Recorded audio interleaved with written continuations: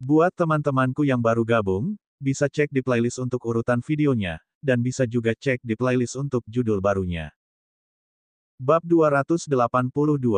Kekacauan Danau Pulau Seribu dengan cepat menjadi tenang. Prajurit yang kuat dari ketiga kerajaan semuanya memberi perintah agar pasukan mereka mundur. Siapapun yang berani membunuh yang lain atau mengambil sepotong suan kristal akan terbunuh. Du Zeng telah menunjukkan dukungannya untuk Luli dan prajurit Luli yang kuat bisa mengalahkan kekuatan Gurun Utara. Siapa yang berani bertindak gegabah? Bagaimana jika, karena marah, Luli langsung pergi ke tiga kerajaan dan menghancurkannya? Nyonya Yan mengirim beberapa prajurit untuk mengambil alih wilayah yang jatuh, tetapi sebenarnya tidak banyak yang bisa dilakukan. Banyak kota diratakan dengan tanah dan harta diambil. Bahkan lahan pertanian dibersihkan. Banyak keluarga di Pulau Seribu mulai memburu para pejuang dari tiga kerajaan. Begitu banyak nyawa telah jatuh di Danau Pulau Seribu, dan sekarang setelah mereka menang, mereka ingin menindaklanjuti kemenangan dengan pengejaran. Nyonya Yan tidak keberatan para prajurit itu berharap untuk menyuruh mereka tinggal di dalam Danau Pulau Seribu. Begitu banyak orang telah meninggal kali ini, jadi baik membiarkan orang yang hidup melampiaskan kemarahan. Setelah Luli meninggalkan rumah lelang, dia tidak pergi ke Gunung Bai Emperor. Dia langsung kembali ke Pulau Goddown karena dia agak takut melihat Nyonya Yan, Bai Qiuxue dan Bai Xias Huang. Luli diberi hadiah dermawan oleh Du Zeng. Jika Luli ingin, dia bisa menjadi penguasa Danau Pulau Seribu sekarang, maka dia bisa menjadi kaisar baru Gurun Utara. Namun, Du Zeng tidak mengerti Luli dengan baik sehingga metode pemberian hadiahnya salah. Luli tidak merasa terlalu bersyukur. Sebaliknya, dia merasa agak penolak dari Du Zeng. Du Zeng benar-benar gila. Demi keuntungan, dia telah membuat begitu banyak orang tak bersalah mati. Tidak bisa dipungkiri, Luli sekarang memang adalah penyelamat dan wali dan raja Danau Seribu Pulau yang tidak tenggelam. Hanya Luli yang memiliki kemampuan untuk melindungi Danau Pulau Seribu sekarang. Selama Luli masih hidup, ketiga kerajaan tidak akan punya nyali untuk menyerang Danau Seribu Pulau lagi. Luli telah menjadi penjara orang tua surga kedua. Fakta sebenarnya diketahui hanya beberapa. Banyak lagi yang hanya memiliki gagasan yang samar. Di permukaan, Luli telah membalikkan gelombang, mengalahkan pejuang yang kuat dari tiga kerajaan dan menyelamatkan Danau Pulau Seribu. Berita itu menyebar. Nama Luli dikenal semua orang di Danau Pulau Seribu. Beberapa orang yang selamat bahkan membuat tablet untuk orang yang hidup untuk berdoa baginya. Pasukan datang dalam susunan yang tangguh dan pergi dengan kecepatan cepat. Hanya dalam 10 hari, semua pasukan telah pergi. Pulau-pulau di Pulau Seribu kembali ke pemilik aslinya. Yang terluka dirawat dan yang mati dikuburkan. Air yang tercemar merah menjadi jernih lagi. Danau Seribu Pulau telah memulihkan ketenangannya tetapi almarhum tidak dapat dihidupkan kembali. Pola Danau Pulau Seribu telah rusak. Beberapa keluarga yang telah mengendalikan kepulauan tingkat 4 telah kehilangan terlalu banyak prajurit yang kuat sehingga mereka tidak lagi memiliki kemampuan untuk memegang kendali mereka. Pulau-pulau itu diidamkan oleh pasukan lain. Untuk saat ini, tidak ada yang bergerak, tetapi hanya masalah waktu sebelum beberapa keluarga mulai berjuang untuk pulau-pulau itu. Gunung Bai Emperor dalam damai. Tampaknya ada lebih sedikit orang di kota penjara surga. Tempat terindah saat ini adalah kota yang hancur dewa. Semua leluhur dan para pemimpin keluarga ada di sini untuk menghormati Raja Danau Seribu Pulau yang tidak tenggelam itu. Luli tidak menemui satupun dari mereka. Dia meminta Liu Yi dan Patriark 9 untuk menerima mereka atau Yu Huasen jika keduanya tidak bisa menangani. Luli tinggal di halaman belakang rumahnya selama 10 hari karena dia belum menemukan cara untuk bertemu Bai Qiuxue dan Bai Xias Huang.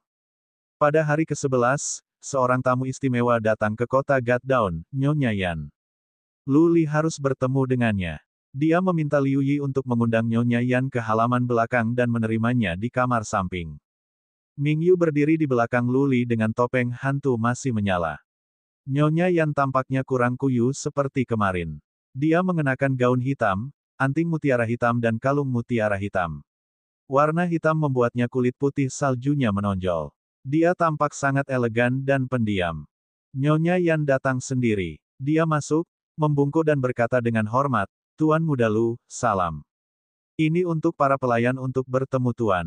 Luli menyentuh hidungnya dengan malu dan menjawab, "Silakan duduk, Nyonya. Bawalah kami teh." Pembantu menyajikan teh yang Nyonya Yan tidak minum. Dia memandang Ming Yu dan berkata, Tuan Muda Lu, dapatkah saya berbicara dengan Anda secara pribadi? Ming Yu dengan dingin melirik dan niat membunuh menyebar. Luli melambaikan tangannya dan berkata, Ming Yu, kamu bisa pergi. Melirik Nyonya Yan sekilas, Ming Yu pergi. Luli menjadi semakin malu. Dia berdeham dan berkata, Nyonya Yan, bagaimana Gunung Bai Emperor sekarang? Saya pikir Anda telah mengendalikan Danau Pulau Seribu. Terima kasih, Tuan Muda Lu. Gunung Bai Emperor sangat baik. Nyonya Yan mengangguk dan menambahkan dengan nada cemburu, adapun, tempat-tempat lain di Pulau Seribu Pulau, Tuan Muda Lu, Anda tahu lebih baik daripada saya. Pemilik pulau itu datang ke sini setiap hari. Saya pikir, lusinan di luar sekarang. Petik 2. Luli mendeteksi kecemburuan dalam kata-kata Nyonya Yan dan tahu apa yang dia maksud. Keluarga Bai dulunya adalah penguasa Danau Seribu Pulau tetapi tidak ada yang pergi ke Gunung Bai Emperor sekarang. Semua orang datang ke kota Gatdown. Penguasa Danau Pulau Seribu telah berubah. Dapat dimengerti bahwa Nyonya Yan agak cemburu dan sedih. Luli terdiam beberapa saat dan kemudian dengan serius berkata, Nyonya Yan, kamu tidak perlu menggunakan kata-kata untuk mempermalukanku. Aku tidak pernah mencari hegemoni dan Danau Seribu Pulau masih menjadi keluarga Bai. Aku akan pergi dalam waktu singkat dan tidak hanya Danau Pulau Seribu, tetapi juga Gurun Utara. Aku mungkin, tidak akan kembali seumur hidupku. Petik 2. Jika bukan karena Bai Qiuxue dan Bai Xias Huang, Luli akan mengirim keluarga Liu ke dunia kecil dan meminta Ming Yu untuk membawanya ke Central Plains. Dia ingin kembali ke keluarga Lu dan mengambil Lu Ling kembali dari Qian Plains. Pikirannya bukan pada Danau Pulau Seribu, dan dia juga tidak ingin menjadi penguasa Danau Pulau Seribu. Du Zeng telah memilih hadiah yang salah. Luli tidak tahu seberapa jauh dia berada di depan Central Plains atau bahaya apa yang mungkin dia hadapi. Dia harus pergi ke dataran Qian juga. Dia mungkin mati dalam perjalanan, jadi itu sebabnya dia bilang dia mungkin tidak akan pernah kembali. Anda meninggalkan. Nyonya Yan terkejut dan kemudian dia suci. Dia berkata dengan wajah lurus, Luli, kamu tidak bisa pergi. Aku hanya bercanda. Bagaimana bisa keluarga Bai menjadi penguasa sekarang? Pasti kamu. Nyonya Yan memegang dendam dan dia sedih, tetapi Luli tidak bisa bercanda tentang pergi. Tanpa Luli di sini, keluarga Bai tidak bisa mengurus Danau Pulau Seribu. Aku tidak bisa khawatir tentang banyak hal. Luli berkata dengan pasti, kamu harus berurusan dengan masalah Danau Seribu Pulau sendirian. Aku bisa merawatmu pada satu kesempatan, tapi aku tidak bisa peduli padamu seumur hidupmu. Aku punya barang dan aku harus pergi ke Central Plains. Petik 2. Nyonya Yan panik. Dia bisa tahu dari ekspresi Luli bahwa dia tidak bercanda. Dia benar-benar ingin pergi. Nyonya Yan tidak ingin hidup di dunia kecil tanpa ambisi lagi dan dia juga tidak ingin mengalami perkelahian seperti ini. Dia memikirkan sebuah ide. Nyonya Yan bangkit, berjalan ke Luli, berlutut, memandang Luli dan berkata, Tuan Muda Lu, aku minta maaf. Aku bersumpah setia kepadamu atas nama keluarga Bai. Kamu akan menjadi penguasa keluarga Bai mulai sekarang. Keluarga Bai akan melakukan semua yang Anda suruh kita lakukan, dan begitu juga aku. Petik 2. Nyonya Yan berlutut dan garis lehernya terbuka. Luli melihat ke bawah. Dia tidak hanya bisa melihat wajah cantik Nyonya Yan, tetapi juga dadanya yang terangkat. Bai Yan akan melakukan segalanya. Ada banyak hal yang tersembunyi di antara kalimatnya dan jawabannya cukup menggoda. Luli yakin oleh penampilan Nyonya Yan bahwa, pada kata-katanya, Nyonya Yan akan membuka pakaian dan membiarkannya melakukan apapun yang dia inginkan. Situasi menentukan perilaku seseorang. Du Zeng membunuh penjara tua surga dan Bai Si karena Luli, namun Nyonya Yan tidak berani merasa tidak puas. Julukannya adalah janda hitam dan dia orang yang cerdas. Dia tahu bahwa hanya dengan mengandalkan Luli dapat keluarga Bai bertahan di Danau Seribu Pulau dan dia bisa memiliki kekuatan dan status. Luli tidak menginginkan pejuang yang kuat sehingga semua yang bisa dia lakukan untuk memegang Luli adalah melalui tubuhnya. Bab 283. Sejujurnya, Luli tertarik. Hanya Sida-Sida atau Santo yang tidak tertarik. Luli masih perawan. Seorang wanita cantik dan menawan, seorang janda, orang yang Luli tidak harus bertanggung jawab.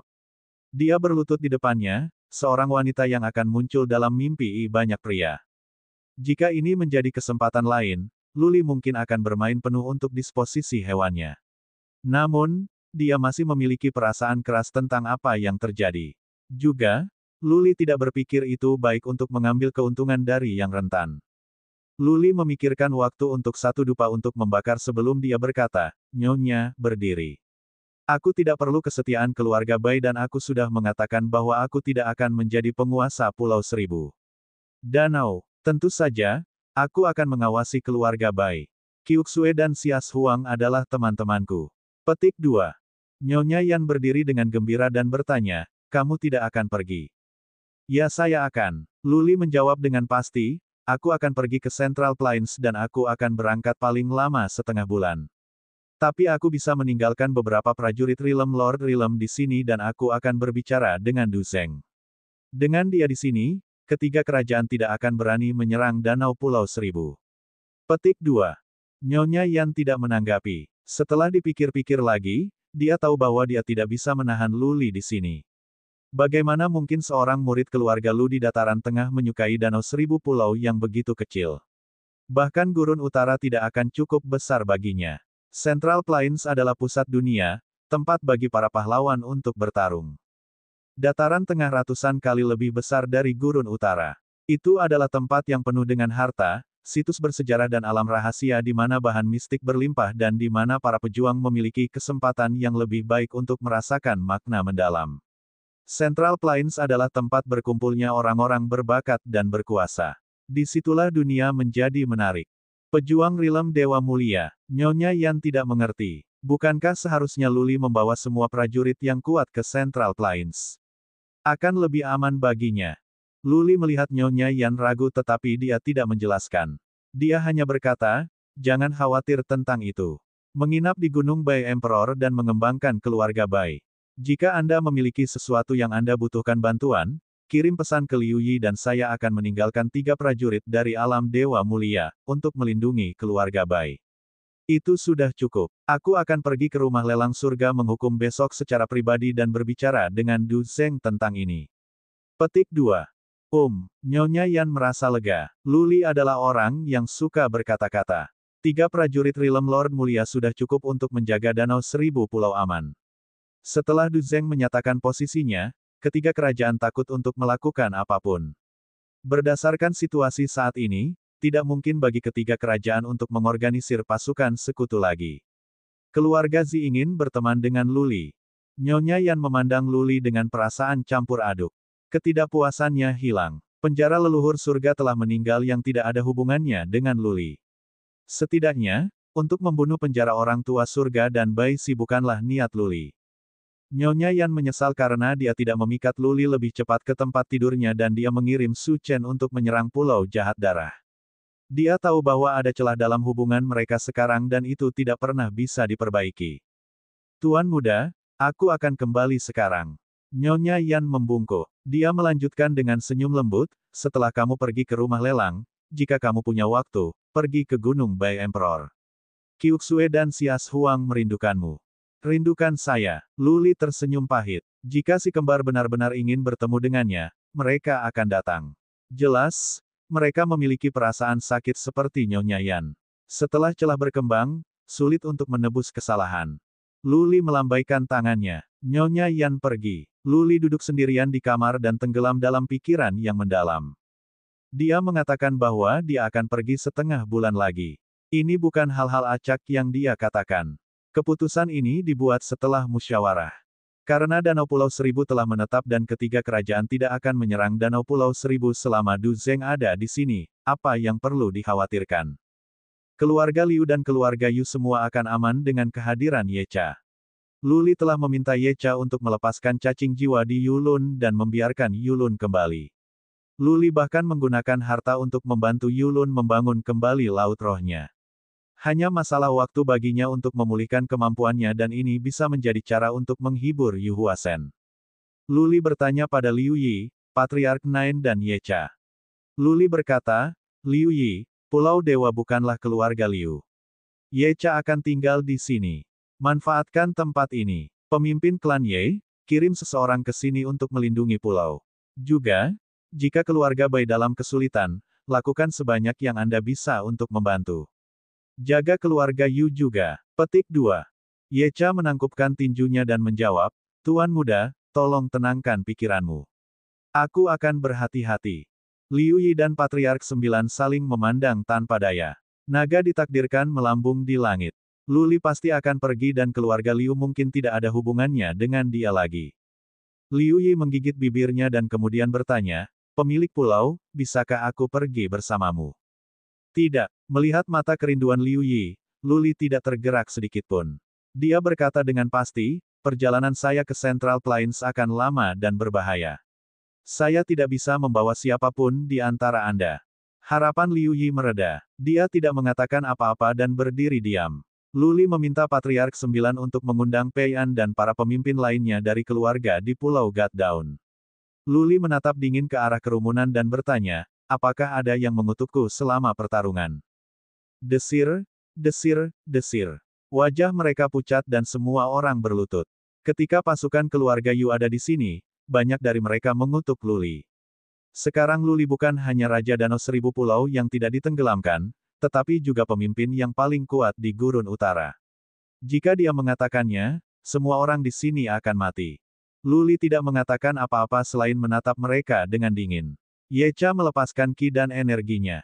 Itu semakin mencekik di kamar. Pei An dan yang lainnya berkeringat.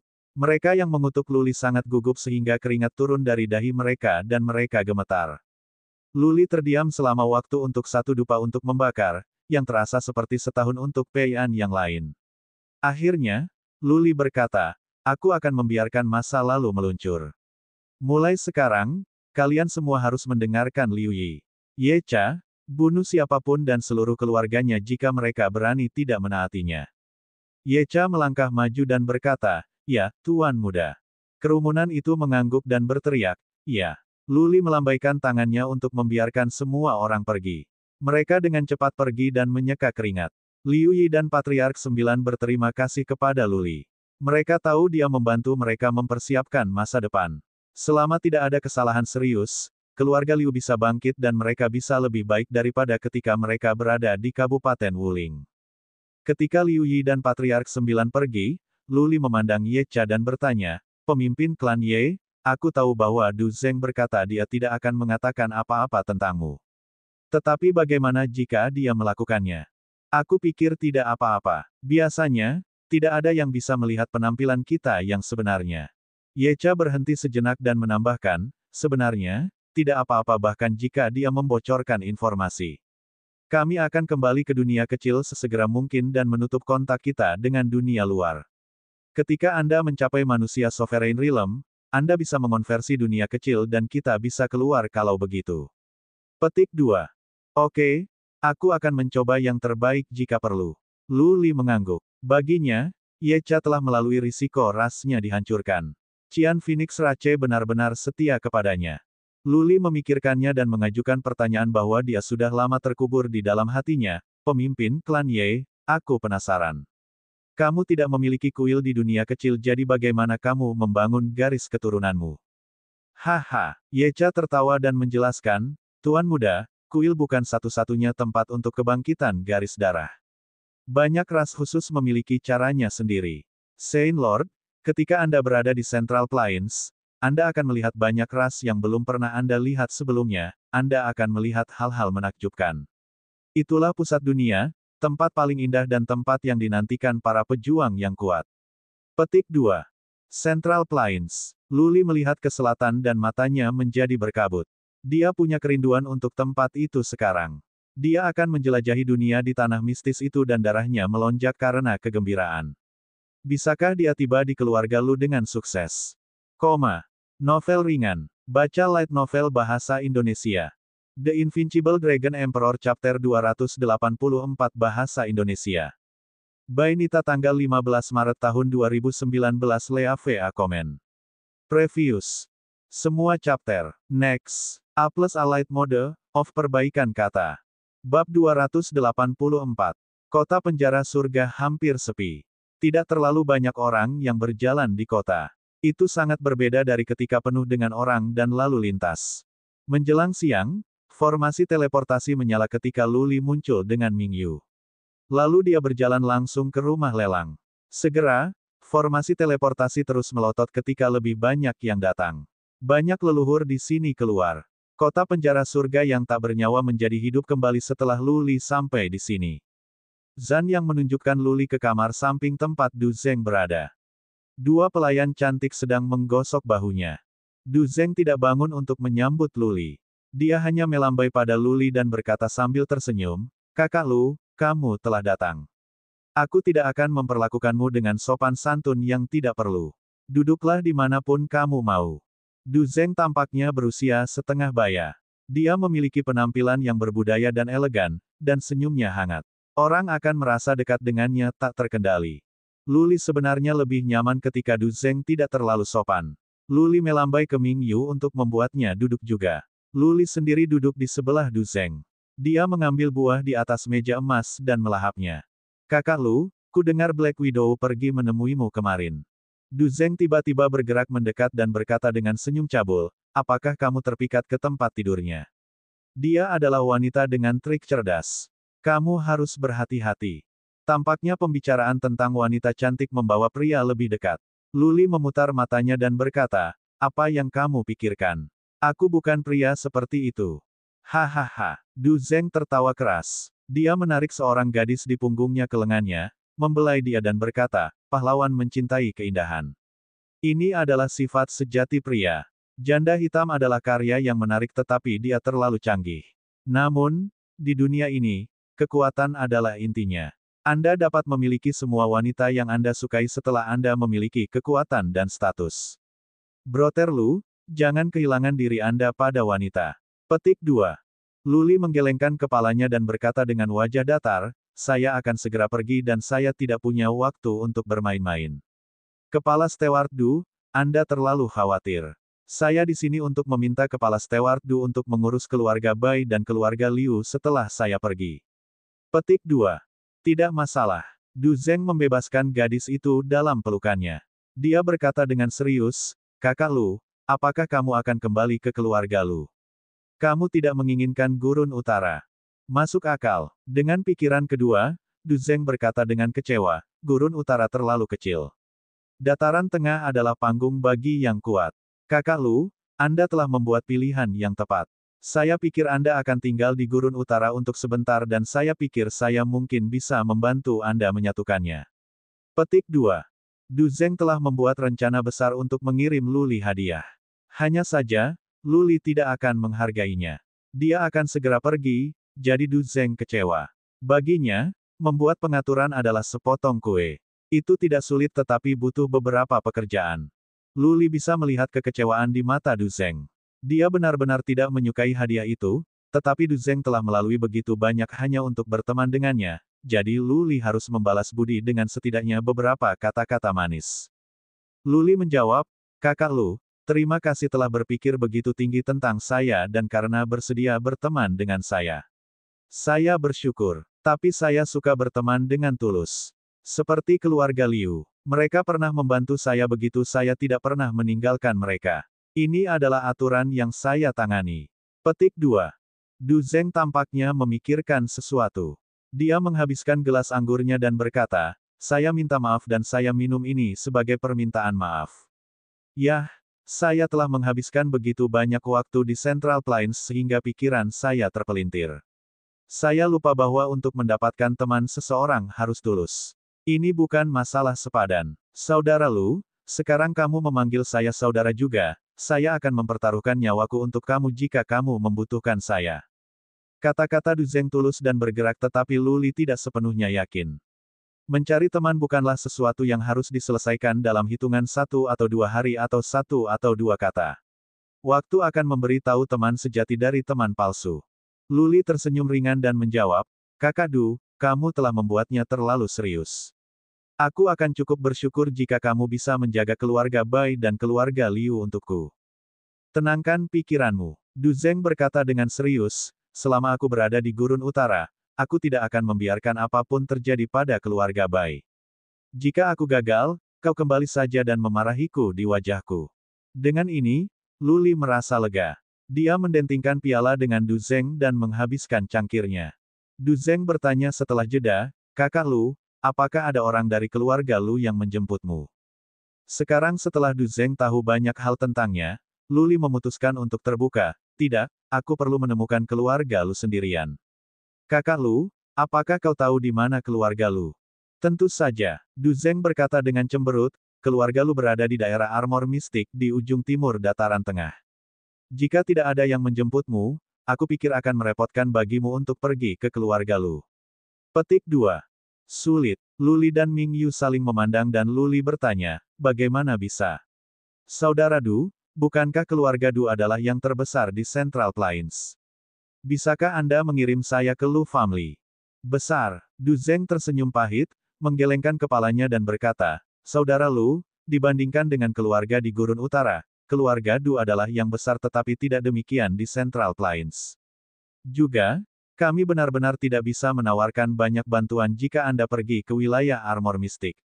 Jika Anda membutuhkannya, saya dapat meminta keluarga kami untuk mengirim 2 prajurit Realm Lord Realm untuk melindungi Anda di sepanjang jalan. Petik 2. Tentu saja, Luli tidak membutuhkan lebih banyak prajurit dari Realm Lord Nobeem. Dia memiliki Ming Yu dan Yu Huasen dan mereka bisa mengalahkan prajurit reguler dari Noble Lord Realm. Jika Realm Lord Realm yang lebih kuat atau prajurit Realm Sovereign manusia akan membunuhnya, maka itu tidak akan banyak membantu bahkan jika keluarga Du bisa memberinya 4 atau 5 prajurit Realm Lord Realm. Dia menolak kebaikan Du Zeng. Du Zeng meminta seseorang kepada seseorang untuk mengambil beberapa pena dan kertas setelah beberapa saat. Dia meletakkan sebuah titik di sisi timur dan utara kertas itu dan berkata, kamu harus pergi ke wilayah Armor Mistik di timur dan kamu hanya bisa dipindahkan ke sisi utara dataran tengah jika kamu pergi dari sini. Karena itu, Anda perlu mengambil kapal lapis baja besar dan kemudian terbang ke timur dari utara. Dataran tengah sangat besar. Anda membutuhkan setidaknya 2 tahun jika semuanya berjalan dengan baik. Petik 2. Kapal lapis baja. Tidak ada formasi teleportasi. Luli dan Ming Yu bahkan lebih bingung. Ada begitu banyak formasi teleportasi di Gurun Utara, jadi bagaimana mungkin tidak ada formasi teleportasi di Central Plains? Tidak bisakah mereka mengambil formasi teleportasi untuk pergi dari Utara Plains Tengah ke daerah Armor Mistik? Ada. Du Zeng membuat lingkaran di peta dan menjelaskan, hanya kota-kota dengan level yang sama yang dapat diteleportasi satu sama lain. Kamu tidak dapat melakukan teleportasi dari satu kota ke kota lain dari level yang berbeda. Mystical Armor City adalah salah satu dari 12 kota besar. Karena itu, Anda hanya dapat mengambil formasi teleportasi di 11 kota besar lainnya. Ada satu di sebelah utara Central Plains.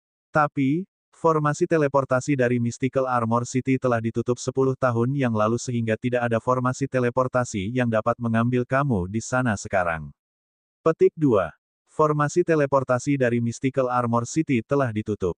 Luli lebih terkejut. Dia bertanya, Brother Du, berdasarkan apa yang Anda katakan, keluarga Lu harus menjadi yang kuat. Jika demikian, mengapa mereka melakukan itu? Sesuatu terjadi di keluarga Lu. Kamu tidak tahu tentang keluarga Lu. Keluarga Lu adalah salah satu dari 12 keluarga kerajaan dari Dataran Tengah. Keluarga Lu memiliki garis keturunan pertahanan paling kuat dari Dataran Tengah dan merupakan salah satu dari peringkat ke-8. Itu adalah raksasa. Petik 2. Kali ini, Du Zeng yang terkejut. Dia memikirkannya dan berkata, adapun, mengapa formasi teleportasi ditutup, dunia luar tidak tahu. Aku pikir hanya 11 keluarga kerajaan lainnya yang tahu. Bab 285. Luli akhirnya mengerti setelah Du Zeng menjelaskannya. Ada 12 kota besar di dataran tengah, masing-masing di timur, barat, selatan dan utara, satu di tenggara, barat daya, dan timur laut dan barat laut masing-masing dan 4 di tengah. Orang-orang dapat diteleportasi di antara 12 kota besar tetapi orang-orang dari kota lain tidak dapat melakukannya. Terlebih lagi, 10 tahun yang lalu, formasi teleportasi dari Mystic Armor City ditutup. Dengan kata lain, tidak ada formasi teleportasi yang bisa mencapai kota Armor Mistik sekarang. Yang meninggalkan Luli dengan 2 cara untuk sampai ke Mystic Armor City. Yang pertama adalah mengambil formasi teleportasi jarak pendek dan dia bisa berteleportasi ke suatu tempat di dekat Mystic Armor Region dan kemudian sampai ke Mystic Armor City. Ini akan memakan waktu, dan mengkonsumsi Suan Crystal. Mereka yang mampu mengambil formasi teleportasi di Central Plains adalah orang-orang kaya, murid keluarga super. Murid rata-rata keluarga peringkat keempat atau kelima tidak akan berani menerima itu. Apa alasannya? Dataran tengah terlalu besar. Ambil Mystic Armor Region sebagai contoh. Itu hanya sebuah daerah dengan nama, tetapi itu lebih dari 10 kali lebih besar dari Gurun Utara. Jarak antar daerah agak jauh sehingga teleportasi akan membutuhkan banyak batu energi yang akibatnya berarti banyak kristal suan. Berapa banyak daerah yang ada di Central Plains? Lebih dari 500, besar atau kecil. Dari utara ke timur dari dataran tengah, ada lebih dari 100 wilayah di antaranya. Jika untuk berteleportasi ke satu wilayah akan memakan biaya 50 juta kristal suan, 10 akan menjadi 500 juta dan 100 wilayah akan menelan biaya 5 miliar. 5 miliar suan kristal bisa mendapatkan prajurit 5 atau 6 Rising Dragon Grass Ses. Bagaimana keluarga rata-rata mampu membelinya? Murid dari 12 keluarga kerajaan baik-baik saja. Mereka memiliki token keluarga kerajaan yang bisa memberi mereka diskon pada formasi teleportasi. Itu akan menjadi kesepakatan yang bagus. Memang, Luli adalah murid keluarga Lu, tetapi dia tidak memiliki token keluarga kerajaan. Haruskah dia berteriak bahwa dia adalah putra Lu Renhuang? Tentu saja, bahkan tidak semua murid keluarga Lu dapat diberi token keluarga kerajaan. Lu Renhuang pernah bertempur melawan musuh di Gurun Utara yang berarti murid-murid keluarga Lu juga tidak sepenuhnya aman. Lu Li sangat aneh di Central Plains. Bagaimana dia bisa meneriakkan identitasnya secara acak? Ada cara lain, mengambil kapal besi lapis baja dari beberapa kamar dagang. Cara ini jauh lebih lambat. Biayanya Luli setidaknya 2 tahun. Tentu saja, bagi seorang pejuang Realm Fate Wheel, 2 tahun bukanlah apa-apa. Mereka bisa menghabiskannya dalam kultivasi. Karena itu, ketika banyak prajurit melakukan perjalanan ke tempat-tempat yang jauh, mereka akan mengambil kapal-kapal lapis baja. Itu tidak sepenuhnya aman tetapi biasanya tidak ada yang terjadi. 2 tahun. Bagi Luli, itu terlalu lama. Di sisi lain, dia tidak memiliki kristal suan. Apakah dia seharusnya meminta kristal suan dari keluarga Bai, atau Qian Phoenix Rache atau Du Zeng? Luli tidak ingin berhutang budi kepada mereka. Beberapa miliar suan kristal banyak diminta. Pergi ke keluarga Bai untuk meminta bantuan. Itu akan mengambil keuntungan dari yang rentan dan orang mungkin mengatakan bahwa dia memeras keluarga Bai. Tanya Du Zeng. Luli tidak begitu akrab dengannya sekarang.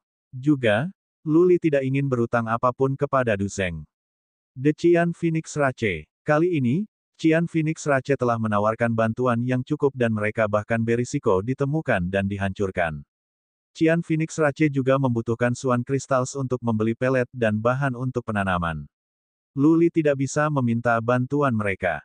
Pada akhirnya, Luli memutuskan untuk pergi ke Central Plains dan melihatnya.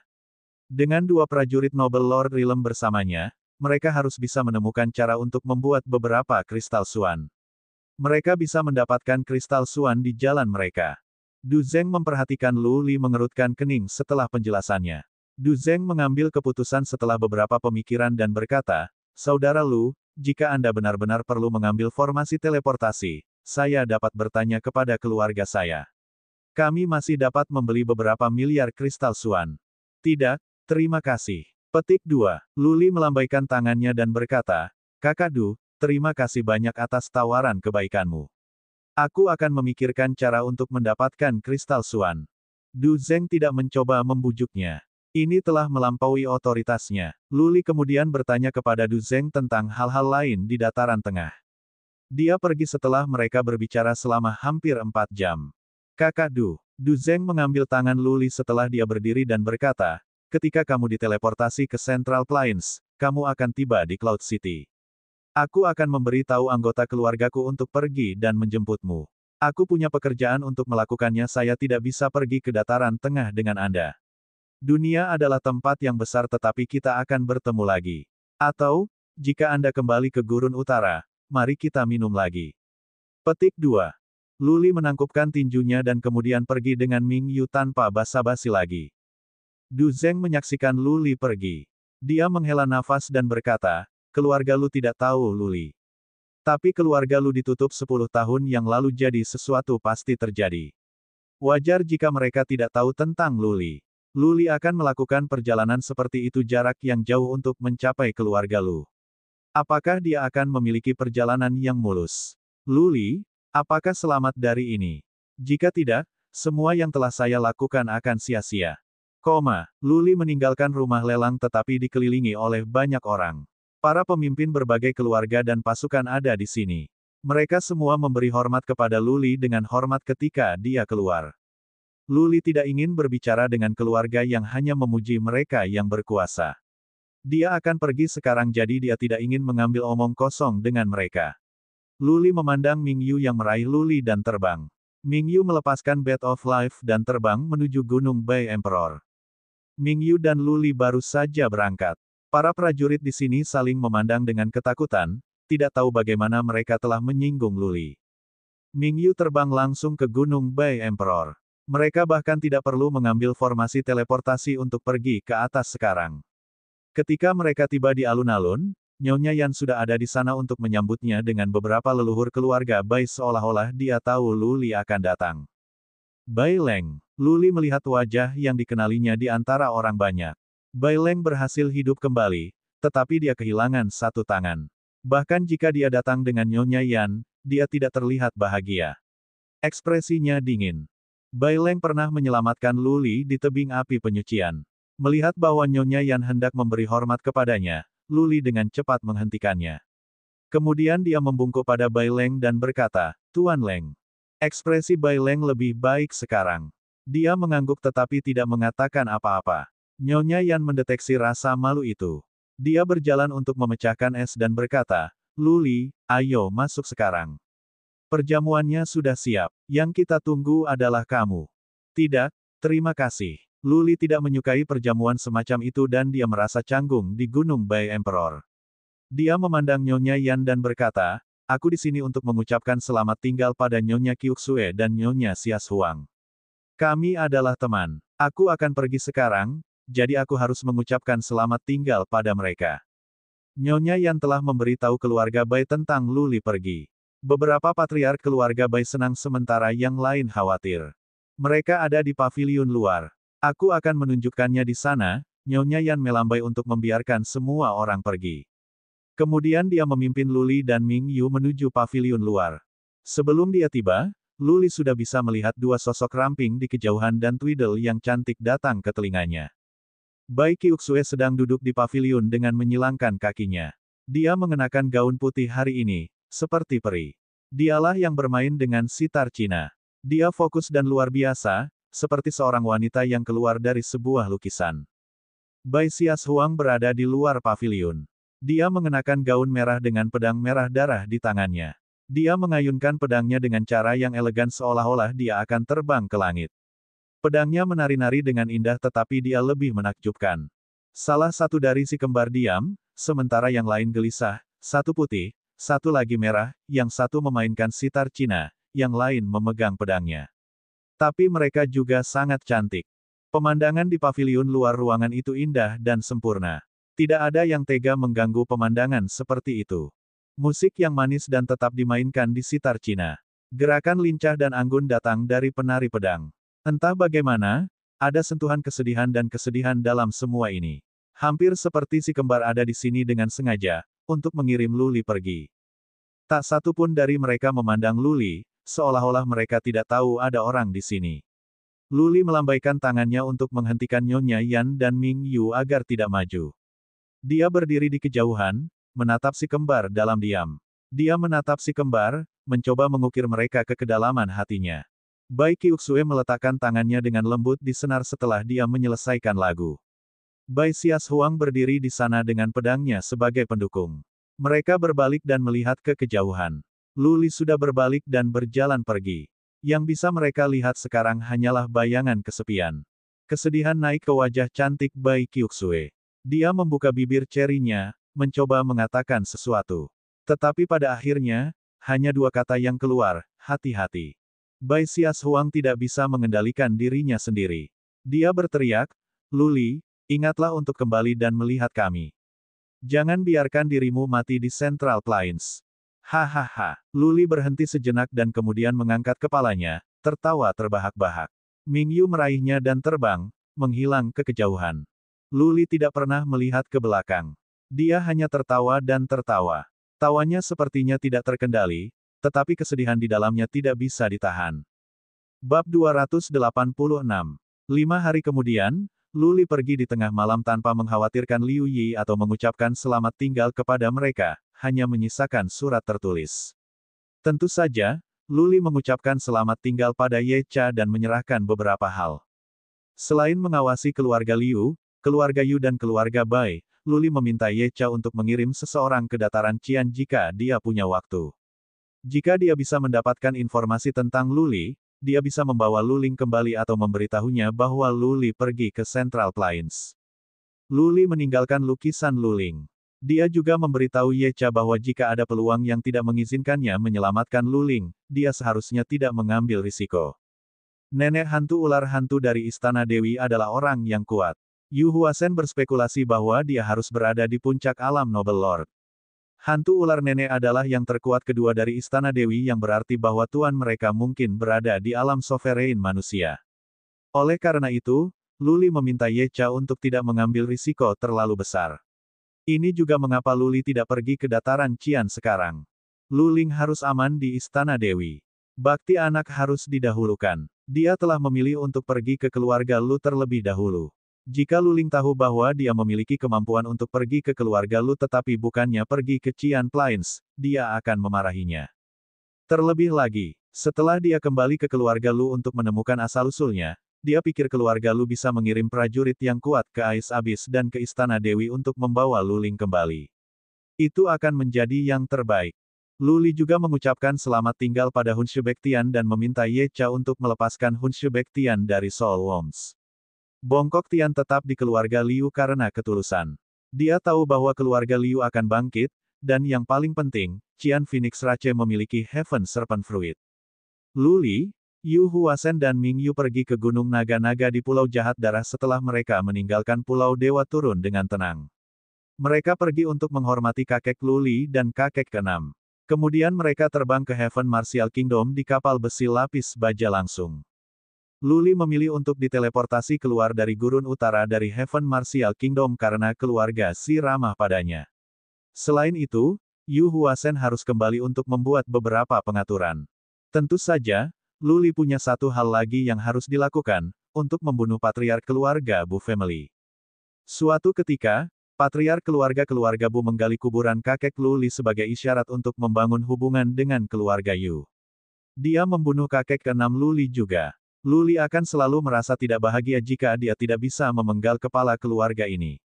Formasi penghambatan diaktifkan di kapal besi lapis baja. Tidak ada orang di luar yang bisa mendengar suara di kapal atau melihat apapun. Lu Li berkultivasi di kabin, Ming Yu duduk di sebelahnya dengan kaki bersilang dan Yu Huasen mengarahkan kapal besi lapis baja. Kapal besi lapis baja itu cepat. Menjelang subuh hari kedua, mereka sudah dekat dengan Kabupaten Wuling. Lu Li adalah orang yang ingin datang ke sini karena dia ingin pergi ke Ais Abyss. Ayo pergi. Lu Li dan Ming Yu menerbangkan kapal berlapis besi menuju Ais Abyss.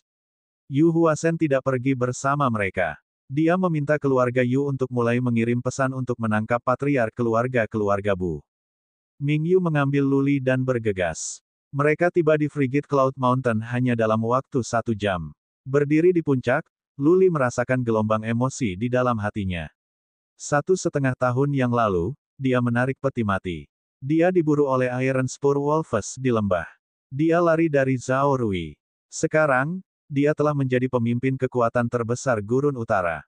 Ming Yu tidak membawa Lu Li sangat dekat ke Ais Abyss. Raja Bis itu terbunuh tetapi siapa yang bisa mengatakan dengan pasti bahwa tidak ada yang lain. Plus, untuk mendekati dan tidak membuat perbedaan. Tidak ada orang di Gurun Utara yang berani masuk ke dalam. Prajurit biasa pasti akan mati di sana. Bahkan Lu Renhuang tidak bisa keluar setelah dia masuk. Ayah ibu, Lu Li melihat ke arah utara dan berkata, aku akan pergi ke Central Plains sekarang. Tolong tunggu sebentar. Aku akan segera pergi ke Mystic Armor City dan aku akan menemukan pejuang yang kuat dari keluarga Lu untuk menyelamatkanmu. Keluarga Lu adalah keluarga tingkat ke-8 jadi aku yakin mereka pasti bisa menyelamatkanmu. Petik 2. Ada sesuatu. Lu Li tiba-tiba punya pertanyaan. Dia memandang Ming Yu dan bertanya, Ming Yu, 3 prajurit dari Soul Pond Realm akan membuat keluarga menjadi peringkat ketiga. 3 dari Realm Kekal adalah keluarga peringkat kelima. 3 kerajaan manusia berdaulat adalah keluarga peringkat ketujuh. Jadi apa yang dimiliki keluarga tingkat 8? 30 prajurit Realm Sovereign Human. Aku tidak tahu. Ming Yu menggelengkan kepalanya dan menjawab, Gurun Utara adalah tempat kecil sehingga bahkan satu prajurit Realm Manusia Sovereign adalah masalah besar. Saya tidak tahu tentang detailnya. Saya pikir kita perlu mencari tahu setelah kita sampai ke sentral dataran. Petik 2. Oh. Luli kemudian melihat ke utara sebentar. Setelah itu, dia melambaikan tangannya dan berkata, ayo pergi sekarang. Kita akan pergi ke kota Kaisar Yu dan kemudian ke kota bela diri surga. Ming Yu kembali meraih Luli dan bergegas. Yu Huasen telah kembali dari misinya. Formasi penghambatan dari kapal besi lapis baja dihidupkan saat melakukan perjalanan di belantara. Tapi mereka tidak membawa kapal besi ke kota Yu Emperor karena terlalu jauh. Yu Huasen mengendalikan kapal untuk terbang ke daerah terdekat dan kemudian berteleportasi ke kota Kaisar Yu dengan formasi teleportasi di sana. Luli tidak pergi menemui keluarga Yu setelah mereka tiba. Dia meminta Yu Huasen untuk membawanya ke kamar samping untuk beristirahat sementara Yu Huasen cenderung untuk urusannya sendiri. Setelah gelap, Yu Huasen kembali dengan seorang prajurit. Luli meliriknya dan mengangguk. Yu Huasen adalah pria yang efisien. Keluarga patriark keluarga Bu diambil kembali. Luli sedang tidak berminat untuk membunuh seorang pejuang hanya Realm Fate Will. Dia melambaikan tangannya untuk meminta Yu Huasen untuk mengambil family patriark di luar dan membunuhnya. Yu Huasen kemudian pergi untuk urusannya sendiri lagi. Luli dan Ming Yu menghabiskan malam di kota Kaisar Yu. Saat fajar, Yu Huasen kembali setelah menyelesaikan semua urusannya. Ayo pergi. Luli tidak ingin tinggal lama di kota Kaisar Yu. Bagaimanapun, patriark keluarga Yu adalah budaknya sekarang.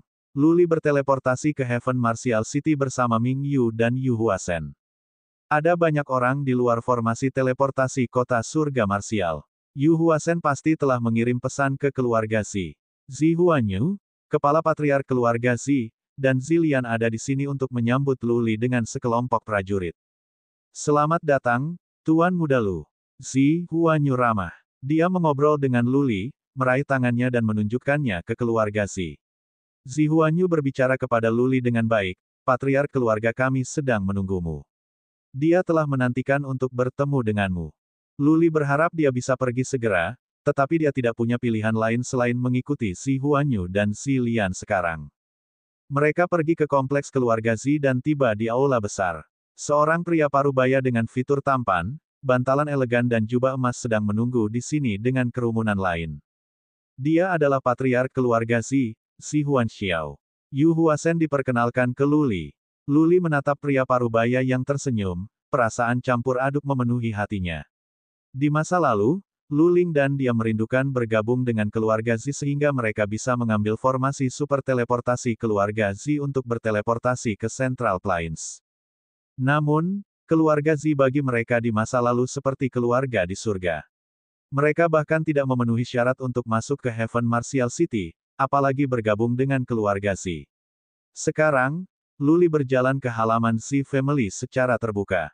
Patriark keluarga dari keluarga Zi, Raja Kerajaan Marsial Surga, bahkan ada di sini untuk menerimanya secara langsung. Luli tahu bagaimana harus bereaksi ketika orang lain menghormatinya dengan hormat.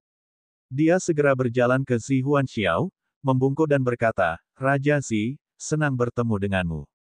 Hahaha, Zi Huanxiao tertawa. Dia membantu Luli dengan tangannya yang kuat dan berkata, saya sudah lama mendengar reputasi Tuan Muda Lu. Lian saya telah membicarakan Anda setiap hari setelah dia kembali dari makam Raja Naga. Akhirnya saya memiliki kesempatan untuk bertemu Anda hari ini. Anda benar-benar pahlawan muda dan luar biasa. Petik 2. Luli memandang Zilian tanpa sadar dan kebetulan meliriknya. Setelah melakukan kontak mata, wajah Zilian memerah. Dia menundukkan kepalanya karena malu. Gadis-gadis muda memimpikannya mimpi-mimpi romantis dan para wanita muda yang menikah memimpikannya mimpi-mimpi. Rasa malu seorang gadis dan pesona seorang wanita sama-sama senjata untuk memikat seorang pria. Hati Luli tersentuh. Dia mengalihkan pandangannya dan berdeham. Dia berkata dengan malu, Raja Zi, kamu telah berbicara terlalu tinggi tentang saya. Saya masih muda dan ada banyak hal yang saya tidak tahu. Saya belum cukup kuat. Saya perlu belajar dari para pahlawan seperti Anda, Raja Zi. Petik 2. Hahaha. Zi Huanxiao tertawa lagi. Tawanya nyaring dan kuat. Orang yang benar-benar bisa menjadi raja adalah orang yang baik hati. Zi Huanxiao memandang Zilian dengan cinta. Tiba-tiba, dia menghela nafas dan berkata, Tuan Muda Lu, aku dengar kamu meninggalkan Gurun Utara. Putriku telah menghabiskan hari-harinya dengan putus asa. Dia telah kehilangan semua keinginannya akan makanan dan minuman. Dia bahkan tidak pernah tersenyum. Hari ini, begitu dia tahu kamu akan datang, dia sama aktifnya dengan kelinci. Dia bahkan tidak bisa duduk diam, seorang gadis dewasa tidak bisa ditahan di rumah. Bagaimana kalau aku membiarkan dia pergi bersamamu ke Central Plains? Agak seperti dia akan mengalami dunia. Petik 2. Luli, Yu Huasen dan sekelompok prajurit kuat keluarga Zi sangat terkejut. Apa maksud Zi Huanxiao? Apakah dia mencoba mengatur Zilian dengan Luli? Bab 287. Ayah. Zilian sangat pemalu sehingga dia bisa menggali lubang di tanah dan bersembunyi. Dia melemparkan pandangan dan Zi Huanxiao dan lari. Zi Huanxiao tertawa terbahak-bahak sementara Luli merasa malu. Zi Huanxiao menepuk Luli di bahunya dan berkata, ayo pergi. Putriku pemalu. Jangan pedulikan dia. Ayo pergi dan minum. Zi Huanxiao adalah orang yang sangat mengesankan. Dia bisa mengendalikan situasi apapun. Dia memimpin sementara Luli dan yang lainnya mengikutinya. Istana Kekaisaran. Itu adalah pertama kalinya Luli melihat Istana Kekaisaran. Itu memiliki perasaan yang terlarang namun luar biasa. Megah dan elegan, itu memancarkan kemegahan agung. Zi Huanxiao berjalan ke meja tinggi di garis depan di mana dia bisa melihat ke bawah dari ketinggian. Kekuatan Raja Kerajaan terlalu kuat untuk dilihat orang secara langsung. Luli duduk di baris pertama sementara Yu Huasen dan Ming Yu ada di belakangnya. Di sisi yang berlawanan duduk Zi Huangyu. Itu adalah suatu kehormatan bagi Luli. Yang terjadi kemudian adalah jamuan makan yang membosankan, pujian dan pemanggangan. Luli mabuk tetapi dia merasa sulit untuk menolak. Dia harus melalui acara sosial sebelum dia bisa pergi ke Central Plains. Setelah semua, ia harus mengambil formasi teleportasi yang dimiliki oleh keluarga Zi untuk sampai ke Central Plains. Menjelang siang, Luli sangat mabuk sehingga Ming Yu membawanya keluar untuk beristirahat. Luli tidak mau memaksakan minumannya dengan energi suannya. Setelah beristirahat selama 4 jam, Zi Huanyu datang lagi untuk mengundang Luli untuk minum. Yang terakhir, bagaimanapun, tidak berani minum lebih banyak. Kalau tidak, dia tidak bisa pergi hari ini. Dia meminta Zi Huanyu untuk menunjukkannya kepada Zi Huanxiao dan berkata langsung bahwa dia ingin mengambil formasi teleportasi dan pergi ke dataran tengah. Zi Huanxiao mencoba membuat Luli tetap tinggal. Melihat bahwa Luli bersikeras untuk pergi, Zi Huanxiao tidak mengatakan apa-apa selain meminta Zi Huanyu untuk mengaktifkan formasi teleportasi untuk Luli. Tepat setelah Luli mengucapkan selamat tinggal pada Zi Huanxiao, Zilian datang. Wajahnya masih memerah. Dia memberanikan diri untuk bertanya, Luli, kamu benar-benar pergi ke Central Plains. Maukah kamu kembali ke sini? Luli menjawab setelah beberapa pemikiran serius, mungkin ya, mungkin tidak. Zilian kecewa tetapi tidak banyak bicara kecuali untuk anggukan dan, hati-hati, kalau begitu. Kamu juga berhati-hati, Nyonya Lian. Dengan mengatakan itu, Luli berjalan keluar dengan tekad. Punggungnya selurus pedang dan langkahnya mantap. Segera, dia pergi. Zilian berdiri di tempatnya. Dia tidak terlihat sehat. Dia tahu bahwa setelah pertemuan ini, dia mungkin tidak akan pernah melakukan kontak dengan atau melihat Luli lagi. Russell. Seorang pria yang mengesankan berjalan ke Zilian. Menatap ke arah Luli pergi ke, dia berkata, Lian jika kamu suka dia, kamu harus mengejarnya. Aku pikir Luli adalah seorang pemuda yang cukup baik menilai dari tindakannya. Dia layak kamu. Tidak begitu banyak orang seperti dia bisa muncul di Gurun Utara. Jika Anda membiarkannya pergi, mungkin tidak ada yang kedua datang. Petik 2. Zilian menjabat tangannya dan berkata, saya tidak tahu apakah saya menyukainya atau tidak. Mungkin ini lebih tentang penyesalan. Saya menyesal tidak membawanya kembali ke keluarga Zi tahun yang lalu. Kadang-kadang, ketika Anda merindukan seseorang, tidak ada jalan kembali. Memaksa sesuatu tidak ada artinya. Aku akan menyerahkannya pada takdir. Petik 2. Zi Huanxiao sedikit mengangguk. Dia telah membantu Zilian menciptakan peluang dan mendorongnya. Itu pilihannya, jadi dia tidak akan mengatakan apa-apa lagi. Plaza di Heaven Martial City dipenuhi orang. Mereka semua mengetahui bahwa Luli telah datang dan bahwa formasi super teleportasi akan diaktifkan. Itu tidak akan diaktifkan untuk penggunaan acak. Tanpa izin Zi Huanxiao, tidak ada yang memiliki wewenang untuk mengaktifkannya. Apakah itu Luli? Dia sangat muda. Itu Yu Huasen dan itu seharusnya Ming Yu di topeng hantu. Dia adalah Luli. Saat Luli berjalan, suara datang. Banyak orang berdiskusi dengan suara rendah. Ada beberapa wanita dari keluarga kecil menatap Luli dengan kekaguman yang jelas. Luli sangat terbiasa dengan situasi seperti ini sekarang. Dia berjalan dengan acuh tak acuh dan melangkah langsung ke formasi teleportasi besar. Melihat Zi Huanyu, Luli bertanya, "Kepala Patriark, berapa biayanya untuk satu teleportasi?" Tidak ada. Zi Huanyu menggelengkan kepalanya dan menjawab sambil tersenyum, "Raja kami telah mengatakan bahwa kami tidak dapat mengambil kristal suan Anda. Kami mampu membayar ini. Jangan menolak." "Terima kasih kalau begitu." Luli mengangguk. Tanpa basa-basi, Zi Huanyu merilis beberapa energi suan sementara beberapa patriark lainnya dengan cepat menempatkan beberapa kristal suan dan batu khusus ke dalam formasi. Formasi teleportasi bersinar dan seluruh plaza bergetar. Kemudian gelombang ki dan energi yang mengerikan datang dari dalam formasi teleportasi.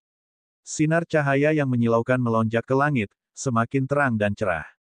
Akhirnya, Luli, Ming Yu dan Yu Huasen menghilang ke dalam formasi teleportasi. Naga itu terbang tinggi ke langit. Zi Huanyu berseru setelah cahaya dari formasi teleportasi meredup, seberapa tinggi naga itu akan terbang?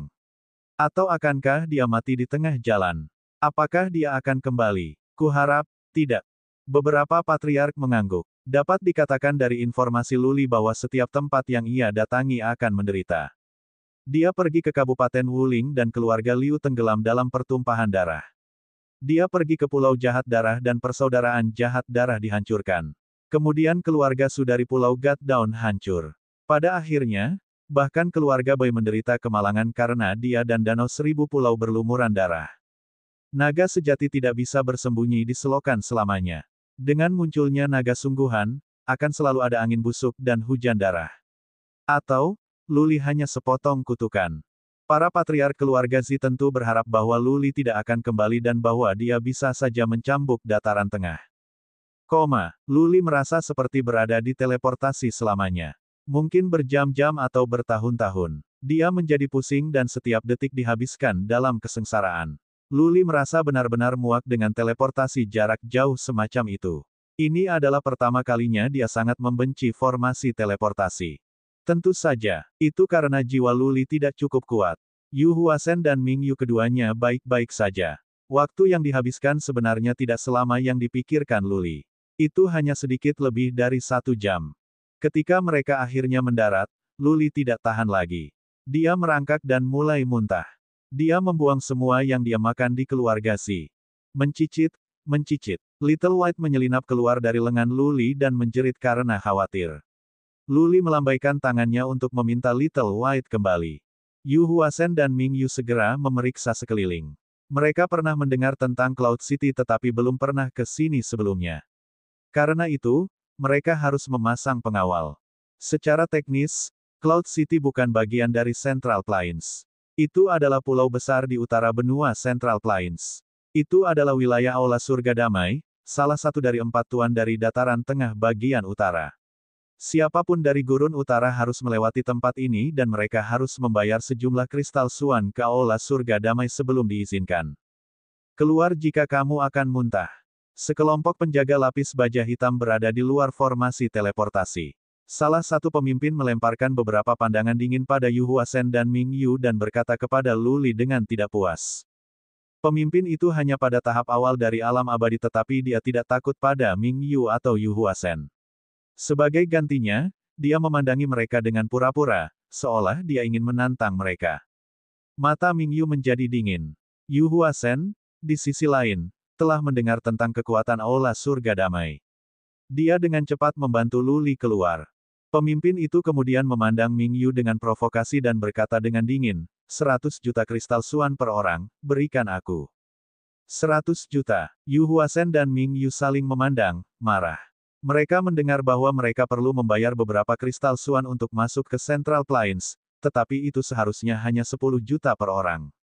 Kapan itu menjadi 100 juta? Apakah mereka dirampok di siang hari? Gemerisik, gemerisik, gemerisik. Dari kejauhan datang dua pria.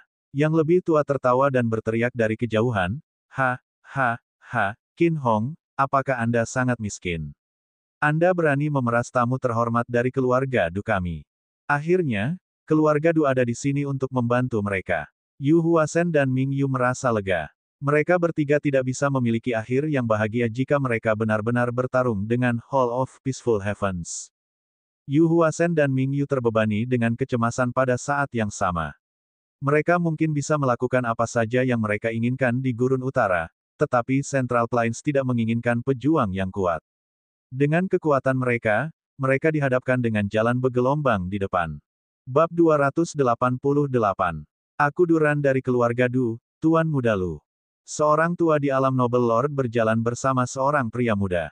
Mantan menangkupkan tinjunya untuk memberi hormat kepada Lu Li dan berkata, Lu Li masih muntah.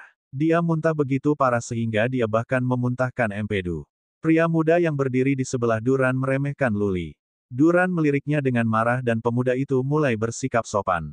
Duran, pemimpin Aula Surga Damai memandang Duran, dengan santai menepuk tinjunya dan dengan dingin melanjutkan, kau adalah patriark keluarga Du. Bukan dalam kekuatanmu untuk melakukan apapun di kota Cloud. Ini adalah aturan kami bahwa siapapun yang diteleportasi dari Gurun Utara harus membayar kami Suan Crystals. Karena Patriark Duran ada di sini, saya akan memberi Anda diskon 50% sebagai isyarat. Petik 2. Setengah dari itu masih 150 juta kristal Suan. Yu Huasen mampu membelinya, tetapi itu akan sangat memalukan. Jika Ming Yu dan dia tidak berada di alam bangsawan, mereka mungkin menyedotnya. Tetapi mereka cukup kesal karena nilai terjemahan kualitas 2 komentar, gabung. Novel ringan. Baca light novel bahasa Indonesia. The Invincible Dragon Emperor Chapter 289 bahasa Indonesia. By Nita tanggal 15 Maret tahun 2019 Lea VA komen. Previous. Semua chapter. Next. A plus Allied Mode, of perbaikan kata. Bab 289. Pulau Cloud tidak jauh dari Central Plains. Itu hanya perjalanan beberapa jam, namun akan memakan waktu setengah hari lagi dari perbatasan dataran tengah ke kota dan Lu Li mengerti situasi di sisi utara Central Plains setelah penjelasan Duran. Lu Li tidak bisa melakukan hal lain selain terbang ke kota dan beralih ke kapal lapis baja di kota Delicacy. Lu Li memberitahu Duran bahwa dalam keadaan apapun identitasnya tidak dapat diungkapkan dan bahwa bahkan keluarga Du pun tidak tahu. Tidak ada yang tahu seberapa jauh mereka dari Mystic Armor City. Bagaimana jika musuh lama Lu Ren Huang datang kepadanya begitu identitasnya bocor? Duran sekaligus berjanji bahwa itu bisa dilakukan. Selain dia, Duran dan beberapa tokoh terkenal keluarga Du, dia tidak akan membiarkan orang lain tahu. Mereka akan pergi ke kota dan dengan cara rendah dan kemudian pergi dengan cara yang sama. 6 jam kemudian, ada tanah terbuka di depan mereka. Setelah pergi ke tempat itu, Lu Li tiba-tiba merasa udara lebih segar. Baik, Lu Li berjalan keluar dari kabin, melihat ke selatan dan mencoba merasakannya dengan mata terpejam. Setelah beberapa saat, dia membuka matanya dan bertanya kepada Duran, Tuan Du, Suan Qi di sini jauh lebih mendalam. Iya nih. Duran mengangguk dan berkata, ini 2 kali lebih dalam dari di Gurun Utara. Ruang di sini 3 kali lebih stabil daripada di sana. Kecepatan para prajurit juga diperlambat di sini. Kamu bisa mencobanya. Oh, Lu Li penasaran. Dia melompat maju ke geladak. Dia mencoba penampilan Suan keterampilannya dan geladak penuh dengan bayangan yang dia buat. Itu benar, Lu Li muncul kembali di depan semua orang. Dia mengerutkan kening karena dia tidak terbiasa dengan kecepatannya 2 atau 3 kali lebih lambat. Suara mendesing. Ming Yu terbang keluar dari kapal besi lapis baja, mendarat di tanah dan kemudian melompat ke pegunungan di kejauhan. Kemudian, dia melepaskan Bat of Life dan terbang kembali. Ini 2 kali lebih lambat. Ming Yu mengangguk dan berkata dengan dingin. Yu Huasen melakukan hal yang sama, bukan karena dia tidak mempercayai orang lain, tetapi karena dia perlu terbiasa dengan situasi di Central Plains. Jika akan ada perkelahian, dia bisa dengan cepat menyesuaikan diri dengan situasi sehingga dia bisa mengerahkan seluruh kekuatannya. Yu Huasen kembali setelah beberapa saat dan mengangguk setuju. Lu Li hampir pulih. Mereka akan tiba di kota dan dalam waktu singkat sehingga Lu Li tetap digeladak untuk menikmati pemandangan daripada pergi ke kabin. Dulun kembali ke dalam setelah beberapa saat. Dia jelas seorang playboy, sombong, dan penuh dengan dirinya sendiri. Tetapi dia memenuhi syarat untuk melakukannya. Dia tampak sangat muda. Dia hanya harus berusia awal 20-an, tetapi dia sudah berada di puncak rilem roda takdir. Dia pasti jenius berbakat dari keluarga Du. Tidak sulit untuk memahami bahwa dia meremehkan Lu Li, seorang prajurit yang baru saja mencapai alam kolam jiwa. Memang, Lu Li baru berusia 16 tahun tetapi ia memiliki karakter yang mantap. Pola pikirnya berbeda dari pria muda rata-rata juga. Dia tidak keberatan dengan tindakan Dulun. Dia berdiri di geladak, menatap ke kejauhan, memikirkan janji-janji yang terkandung di masa depannya. Kembali ke keluarga Lu, menemukan asal dan bertemu kakek dari pihak ayah. Lalu dia bisa meminta prajurit kuat keluarga Lu untuk menyelamatkan orang tuanya dan mengembalikan Lu Ling. Memikirkan reuni keluarga dan bertemu dengan orang tua yang tidak pernah dia lihat, Lu Li dipenuhi dengan kegembiraan. Di bawah pengaruh Lu Ling, Lu Li tidak pernah menyalahkan orang tuanya. Kemudian, ketika dia mengetahui bahwa ayahnya melompat ke abyss es dengan upaya untuk menyelamatkan ibunya, Lu Li sebenarnya bangga bahwa dia memiliki ayah seperti ini. Ada sebuah kota. Apakah itu Dan City? Setelah beberapa saat, Lu Li melihat sebuah kota besar meluncur dari jauh. Dia menoleh ke Duran dengan heran dan yang kemudian menjelaskan, ini adalah Kabupaten Yun, hanya sebuah daerah sederhana. Daerah. Lu Li dan Ming Yu berkedip. Kabupaten itu lebih besar dari kota wilayah di Gurun Utara. Itu sebesar surga kota bela diri. Lalu seberapa besar 12 kota besar di Central Plains? Tuan Muda Lu, apakah kamu ingin jalan-jalan di kota? Duran bertanya. Lu Li sedang tidak mood. Dia menggelengkan kepalanya. Duran mengendalikan kapal besi untuk berbelok ke samping dan melewati county dengan tenang. Setelah itu, Duran menambahkan, Tuan Muda Lu, kami memiliki suku, kabupaten, kutipan prefektur, kota-kota wilayah dan kota-kota besar. Hanya ada 12 kota besar dan lebih banyak lagi kota-kota wilayah. Tentu saja, kekuatan yang dapat menempati kota wilayah harus di atas peringkat ke-6. Petik 2. Oh begitu. Ada penambahan kota prefektur. Selain itu, polanya mirip dengan Gurun Utara. Dataran tengah terlalu besar karena itulah ada struktur kota-kota prefektur. Terbang ke depan selama 4 jam, kapal besi lapis melewati banyak suku, kabupaten dan satu kota prefektur. Mereka berlari ke banyak kapal besi lapis baja lainnya dalam perjalanan. Di Gurun Utara, kapal lapis baja jarang terjadi tetapi tidak sebanyak Central Plains. Lu Li bahkan melihat sebuah suku melonjak ke langit. Suku itu sangat besar dengan populasi setidaknya ratusan ribu. Tuan Muda Lu, jangan meremehkan suku-suku. Setelah mereka melewati suku lain, Duran berkata, Dataran Tengah memiliki banyak ras khusus.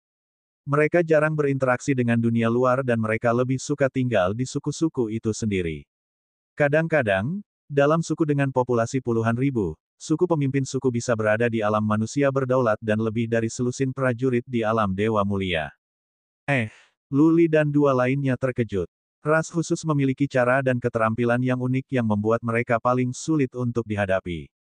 Sebagai contoh, Qian Phoenix Rache memiliki kecepatan yang mengerikan dan Mammoth Rache memiliki kemampuan pertahanan paling kuat. Menyinggung ras semacam itu akan lebih berbahaya daripada menyinggung beberapa keluarga besar. Wosh, wosh. Tiba-tiba, dari timur terdengar suara keras. Kemudian beberapa kapal besi lapis baja terbang keluar. Duran menoleh, kaget. Dia bergumam dalam kebingungan, keluarga Qin. Apa yang mereka lakukan di sini? Suara mendesing. Dari timur terdengar dua suara lagi. Kemudian dua titik hitam diperbesar. Yu Huasen dan Ming Yu siap bertarung karena mereka menemukan dua orang yang datang berada di alam bangsawan. Dua garis kekuatan psikis datang dan menghilang. Kedua prajurit Rilem Lord Nobeem berbelok dan terbang ke barat. Qin Gang, Qin Yu. Duran bahkan lebih penasaran. Mereka berada di wilayah keluarga Du. Biasanya, pejuang keluarga Qin tidak akan ada di sini. Ledakan. 300 mil ke barat, sebuah detonator sinyal besar meledak di udara. Duran mengubah ekspresinya dan berteriak, itu adalah sinyal darurat untuk bantuan keluarga Du kami. Apa yang terjadi? Biasanya, detonator sinyal semacam ini tidak akan digunakan. Ketika itu terjadi, maka pasti ada sesuatu yang sedang terjadi. Prajurit Du Family harus pergi ketika mereka melihat ini. Duran bergulat. Lu Li ada di sini. Misinya adalah membawa Lu Li ke kota dan bagaimana jika sesuatu terjadi ketika dia mengambil alih Lu Li. Di sisi lain, Duran khawatir karena itu adalah sinyal pertolongan. Lu Li memikirkannya dan berkata, Tuan Du, pergi dan periksa. Apa yang bisa terjadi di wilayahmu? Mungkin kita tidak terlalu dekat. Baik, Duran merenungkan hal itu dan dia percaya bahwa tidak ada yang salah di wilayah keluarga Du. Dia segera mengendalikan kapal besi lapis baja untuk terbang ke barat dengan kecepatan tinggi. Kapal besi lapis baja itu cepat. Pada saat dua dupa untuk membakar, mereka telah menyeberang 300 mil. Sebelum mereka tiba di tempat di mana detonator sinyal meledak, dua pria terbang. Duran memandang ke arah mereka dan berkata, mereka adalah pengintai keluarga kita. Dua pejuang kerajaan takdir roda terbang, turun dengan satu lutut dan berkata, Patriark 12, Tuan. Apa yang terjadi? Mengapa kamu menggunakan sinyal darurat? Tanya Duran. Salah satu pengintai itu menjawab, ada peti mati emas besar di pegunungan di sana. Di peti mati, ada senjata kelas suci. Pasti ada beberapa harta berharga di sana. Pejuang keluarga Qin menemukannya terlebih dahulu dan sekarang mereka sedang mencoba untuk mengambilnya. Jadi kami memanggil semua prajurit yang kuat dari keluarga kami di sini untuk memperjuangkannya. Petik 2. Peti mati emas. Ada senjata tingkat suci. Mata Lu Li menyala dan dia tertegun. Mungkinkah peti mati Raja Naga yang terbang menjauh dari makam Raja Naga? Bab 290. Ming Yu dan Yu Huasen belum pernah melihat peti mati Raja Naga. Yu Huasen tidak mendapatkan informasi tentang bagian dalam makam Raja Naga sejak Yu Lingsu mati. Sementara Ming Yu tidak peduli dengan kejadian seperti ini. Di sisi lain, Lu Li sangat gembira dengan berita itu. Setan-setan itu berkata bahwa semua harta Raja Naga ada di dalam peti mati, harta mantan Raja Gurun Utara. Setidaknya puluhan miliar kristal Suan harus ada di dalam jika tidak lebih. Lu Li mendapat cincin dari peti mati Raja Naga. Cincin itu berisi 36 tanaman bahan mistis dan 6 rumput naga meningkat yang saja bernilai 5 atau 6 miliar kristal Suan. Pasti ada sesuatu yang bernilai puluhan miliar kristal Suan di peti mati Raja Naga. Lu Li putus asa untuk mendapatkan lebih banyak kristal Suan. Dengan kristal Suan yang cukup, dia bisa berteleportasi ke Mystic Armor Region dalam 1 atau 2 bulan dan itu akan sangat aman. Biasanya, kekerasan dilarang di kota-kota di dataran tengah yang menjadikan teleportasi antar kota aman. Lu Li menaruh minat besar pada berita itu. Dia bertanya, peti emas. Seperti apa bentuknya? Para pengintai berbalik kepada Duran yang mengangguk sebagai persetujuan. Pramuka itu menjelaskan, peti mati itu sangat luar biasa. Panjangnya sekitar 30 kaki, dan lebarnya lebih dari 6 kaki. Ada 4 rantai besi dingin yang diikat di keempat sudutnya dan seluruh peti mati itu berukuran besar, berwarna emas. Saya pikir itu dilemparkan ke dalam emas. Ada banyak rune dan pola di atasnya. Sebuah pedang besar menempel di peti mati yang jelas merupakan senjata kelas suci. Petik 2. Begitulah, peti mati yang digambarkan oleh pengintai itu identik dengan yang diketahui Lu Li. Dia sekarang telah mengkonfirmasi pikirannya. Yang membingungkan Lu Li adalah, bagaimana peti mati itu berakhir di Central Plains setelah lepas landas dari makam Raja Naga. Apakah itu masih dikendalikan oleh iblis itu? Kapal besi lapis baja bergerak. Lu Li tidak mengajukan pertanyaan lain. Dia hanya mengarahkan pandangannya ke depan. Duran kemudian mengajukan pertanyaan lebih lanjut tentang situasi tersebut. Dia lega mengetahui bahwa pesan telah dikirim kembali dan keluarga Du akan mengirim bala bantuan. 3 mil ke depan, tampaknya ada banyak orang di depan. Banyak prajurit yang terbang di langit, mencoba menghentikan peti mati emas besar. Lu Li melirik sekilas dan dia yakin itu adalah peti mati Raja Naga. Saat ini, peti mati itu tampaknya masih hidup. Itu menghindar ke sisi dengan kecepatan yang mengerikan. Itu menghancurkan satu prajurit dari Fate Will Realm pergi demi satu, berjuang untuk keluar dari pengepungan. Duran tampak terpana dan kemudian keheranannya berubah menjadi kegembiraan. Pasti ada sesuatu yang berharga di dalam mengingat betapa anehnya peti mati itu. Qin Gang dan Qin Yu. Duran mengerutkan kening. Hampir semua prajurit di sini berasal dari keluarga Qin. Dua pejuang Realm Lord Realm yang mereka temui sebelumnya ada di sini juga. Semua orang berusaha menghentikan peti mati emas. Namun, di sisi keluarga Du, hanya ada satu prajurit dari Realm Lord Nobeem. Du Family akan dirugikan dalam pertarungan ini. Kakek, lakukan sesuatu. Nantinya peti mati akan diambil oleh keluarga Qin. Dulun keluar dari kabin selama beberapa waktu sekarang. Dia menjadi cemas, melihat semua bayangan tangan besar yang menghancurkan peti mati emas. Jika Qin Gang memasukkan peti mati itu ke dalam cincinnya, keluarga Du tidak bisa memperjuangkannya. Luli melihat bahwa Duran sedang bergulat dengan dirinya sendiri. Luli menawarkan, Tuan Du, aku bisa mengirim 2 orang untuk membantumu. Tapi, aku ingin setengah dari harta karun di peti mati. Yu Huasen berada di tahap tengah Realm Lord Nobeem, Ming Yu mengerti kekuatan, dan Duran ada di sini. Mereka harus bisa mengalahkan kedua prajurit Realm Lord Nobeem dari keluarga Qin dengan mudah. Harta karun di peti mati Raja Naga pasti sangat berharga. Bahkan setengah dari itu akan cukup bagi Luli untuk dipindahkan ke Mystic Armor Region. Mereka berada di dalam wilayah keluarga Du. Semuanya terjadi setelah pertarungan bisa ditangani oleh keluarga Du. Lalu mengapa Luli tidak akan melakukannya? Sebelum Duran bisa mengatakan apa-apa, Dulun menjawab dengan mencibir, setengah. Kamu pikir kamu siapa? Apakah kamu pikir tidak ada pejuang kuat dari keluarga Du kita? Pah! Duran menamparkan Dulun ke dalam kabin dan memarahi, aku akan menghukummu selama 10 tahun jika kau terus tidak menghormati Tuan Muda Lu. Dulun kesal tapi dia takut untuk mengatakan lebih banyak. Duran menangkup ketinjunya dan berkata kepada Luli dengan nada meminta maaf, maaf, Tuan Muda Lu. Saya tidak mengajarnya dengan baik. Saya akan menghukumnya setelah kami kembali. Setengah dari kami terlalu banyak. Saya akan membuat telepon sekarang. Selama kami dapat mengambil peti mati itu, Anda dapat mengambil 60% dari apa yang ada di dalamnya. Petik 2. 60%. Luli tidak berharap Duran begitu murah hati sehingga dia akan menawarkan 60%. Bukan waktunya untuk membahas detail-detail itu. Luli memandang Yu Huasen dan Ming Yu dan berkata, pergi dan tangkap peti mati itu. Tuan Muda, Ming Yu dan Yu Huasen tidak bergerak. Itu sangat kacau dan mereka tidak akan percaya Luli sendirian di sini. Bagaimana jika dia dibunuh dengan sengaja atau tidak sengaja? Luli tersenyum, menunjuk ke gunung-gunung di bawah dan berkata, jangan khawatir, aku akan pergi bersembunyi di gunung itu dengan Dulun. Ada 2 pengintai dari keluarga Du juga. Kami akan segera berangkat, saat Anda menurunkan peti mati.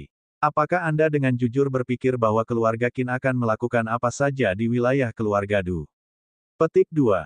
Duran berpikir begitu. Keluarga Qin mungkin memiliki keberanian untuk mengambil peti mati, tetapi tidak berani untuk membunuh orang-orang dari keluarga Du. Dia mengangguk pada Yu Huasen dan Ming Yu, mengatakan sesuatu pada pengintai dan kemudian terbang ke langit. Tuan Muda, harap berhati-hati. Melihat Luli bersikeras, Ming Yu dan Yu Huasen mengikuti Duran dan pergi. Luli melirik Dulun, melompat turun dan menemukan gua tersembunyi untuk disembunyikan. Dia mengintip dari kejauhan melalui celah. Dulun tidak turun. Dia masih menyimpan dendam pada Luli setelah Duran menamparnya. Dia tidak akan tinggal dengan Luli saat ini. 2 Fate Will Realm Scout dari keluarga Du tidak berani ceroboh. Salah satu dari mereka pergi dengan Luli dan yang lainnya dengan Dulun untuk melindungi mereka. Duran, turun. Kita menemukannya dulu. Dari kejauhan terdengar teriakan nyaring. Itu pasti salah satu prajurit Realm Lord Nobeem dari keluarga Qin. Mereka akan mendapatkan peti mati Raja Naga sehingga mereka tidak akan membiarkan Duran mengambilnya dari mereka di bawah hidung mereka.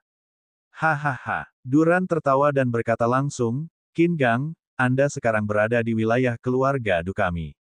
Apapun yang berharga di sini adalah milik keluarga Du. Anda mengeluarkan makanan dari mulut harimau. Apakah Anda ingin berperang dengan kami? Pindah. Manik kehidupan Duran membesar dan asap gelap keluar dari yang menutupi langit. Asapnya gelap seperti tinta, membungkus semua orang di sini seperti binatang buas yang akan melahap mereka hidup-hidup. Peti mati Raja Naga yang berkilauan kehilangan semua keindahannya. Hanya teriakan terkejut dan suara ledakan datang dari daerah itu. Makna mendalam seperti apa ini? Luli tertegun dan dia meminta pengintai itu bersamanya. Pramuka itu menjelaskan, ini adalah makna mendalam rahasia kemuraman rahasia. Ini adalah kombinasi dari tingkat keempat makna mendalam makna dan keterampilan rahasia. Patriark Duran menyebutnya rahasia makna mendalam rahasia, siapapun di dunia yang lebih rendah daripada yang tidak bisa dia dapatkan keluar begitu terjebak di dalam. Petik 2. Bagus. Luli berseru pada dirinya sendiri. Dia tampaknya memiliki banyak makna mendalam, tetapi dia masih heran dengan kekuatan prajurit yang kuat. Dia masih jauh di belakang. Desir, desir. Asap gelap menyebar dan menutupi area dengan radius lebih dari 1 mil. Banyak prajurit terperangkap di dalam. Suara ledakan terus keluar dari daerah itu. Seharusnya Yu Huasen, Ming Yu dan Duran bertarung melawan dua pejuang Rilem Lord Rilem dari keluarga Qin. Kamu harus berhasil. Luli berdoa pada dirinya sendiri. Dia bisa mendapatkan banyak kristal Suan jika dia bisa memiliki peti mati Raja Naga, yang akan membuat perjalanannya ke kota armor mistik jauh lebih mudah. Apa itu? Kenapa peti mati Raja Naga keluar? Setelah beberapa saat, tiba-tiba ada sinar cahaya keemasan di kejauhan. Bersamaan dengan itu, peti mati Raja Naga hancur, berguling di tanah dan kemudian cahaya di atasnya meredup sedikit. Wosh! Peti mati Raja Naga terbang lagi, menghancurkan dua prajurit dari alam nasib roda dengan cepat dan kemudian membuat jalan ke Luli dengan kecepatan yang mengerikan. Peti mati itu milikku. Dulun sangat gembira. Dia melompat dari kapal besi. Roda nasib 3 lapis muncul dan menabrak peti mati Raja Naga. Bang! Peti mati itu hancur tentu saja. Roda takdir juga ditabrak ke arah lain. Luli berteriak kaget, sialan, semoga beruntung. Luli berseru tentang nasib buruknya ketika peti mati itu datang ke gua tempat dia bersembunyi. Dia akan digiling menjadi daging cincang jika dia tidak melarikan diri sekarang. Bab 291. Gua itu tidak cukup dalam. Jika Luli berlari ke dalam, dia hanya akan bertemu dengan kematian. Dia merilis keterampilan membakar darah, energi Suan dan keterampilan penampakan sekaligus. Dia berlari keluar dari gua dan bergegas menuju kejauhan. Reaksi Luli cepat. Dia baru saja pergi ketika peti mati emas menabrak gua. Gua itu runtuh, kerikil-kerikil melayang di atas langkah, dan setengah dari peti mati emas itu tenggelam ke tanah. Baik, Dulun tidak jauh dari sini. Dia ditangkap pada saat sukacita. Dia berteriak kedua pengintai alam nasib roda, bergerak, sekarang. Aku akan menurunkannya sendiri. Peti mati itu milikku. Dia terbang dengan nasib roda dan dua pengintai keluarga Du juga menggunakan nasib roda mereka untuk memukul peti mati emas, mencoba untuk menghancurkan peti mati ke pegunungan sehingga tidak bisa terbang jauh. Ledakan. Siapa yang akan tahu bahwa peti mati itu tampaknya hidup kembali? Segera, peti mati mundur, menabrak dua roda takdir dan bergegas ke kejauhan lagi. Sialan, Luli, yang berlari lebih dari 500 yard, tiba-tiba mendengar suara di belakangnya. Dia berbalik, hanya untuk menemukan peti mati datang ke arahnya. Ekspresinya berubah dan dia melemparkan semua jenis pelecehan. Akan muncul, peti mati terpaku padanya. Kalau tidak, seberapa besar kebetulan peti mati menabraknya 2 kali berturut-turut. Lebih dari selusin bayangan datang darinya dan membentuk garis di depannya. Dia mencoba menyesatkan peti mati agar tidak tertabrak. Namun, peti mati itu berbalik ke arah tubuh aslinya. Luli benar-benar yakin bahwa peti mati melakukan ini dengan sengaja. Dia sepertinya memiliki beberapa wahyu. Tidak pernah ada kebetulan. Peti mati itu harus dikontrol oleh iblis di dalam sehingga bisa bergerak. Iblis telah mengenalinya dan iblis itu ingin membalas dendam dan ingin dia terbunuh. Di dalam makam Raja Naga, iblis itu hampir membunuh Yu Lingsu dan senjata surgawi hampir diambil olehnya. Itu karena Luli meminta Little White untuk menggigit rantai besi dingin yang menghentikan iblis dari mendapatkan apa yang diinginkannya. Pada akhirnya, iblis itu bahkan mengendalikan Yu Lingsu untuk membunuh Luli dan Bai Qiuxue dan yang lainnya.